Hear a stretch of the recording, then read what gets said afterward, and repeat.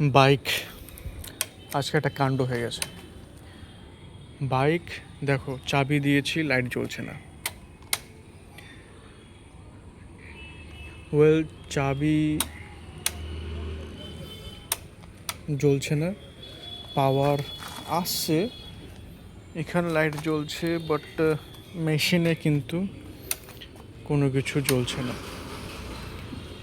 তো আমি কল করে, যদিও একটিবার আলো জ্বলেছিল, তারপর যখন আমি এই সুইচটি দিলাম একটা আওয়াজ করে বন্ধ হয়ে গেল। তো এখন আমি একটি লোকাল মেকানিককে ডেকেছি, যেখানে আমি সব সময় আমার ছোটোখাটো বাইক, এই দেখো লাইট জ্বললো, এবার যখনই আমি স্টার্ট দেব বন্ধ হয়ে গেল। তো যাই হোক, আর বেশি করব না। তো আমি লোকাল এক মেকানিককে ডেকেছি, যার কাছে আমি সব সময় যাই। তাকে ফোন করেছি, ও বলল 5-10 মিনিট দাঁড়াও, একটু সময় লাগবে, আমি পাঠাচ্ছি।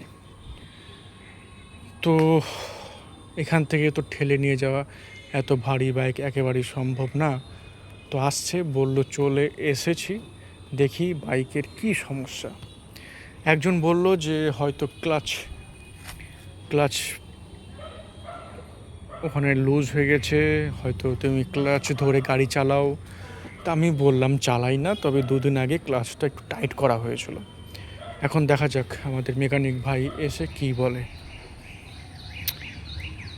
অফিস থেকে বের হয়ে যদি এই ধরনের সমস্যা হয়,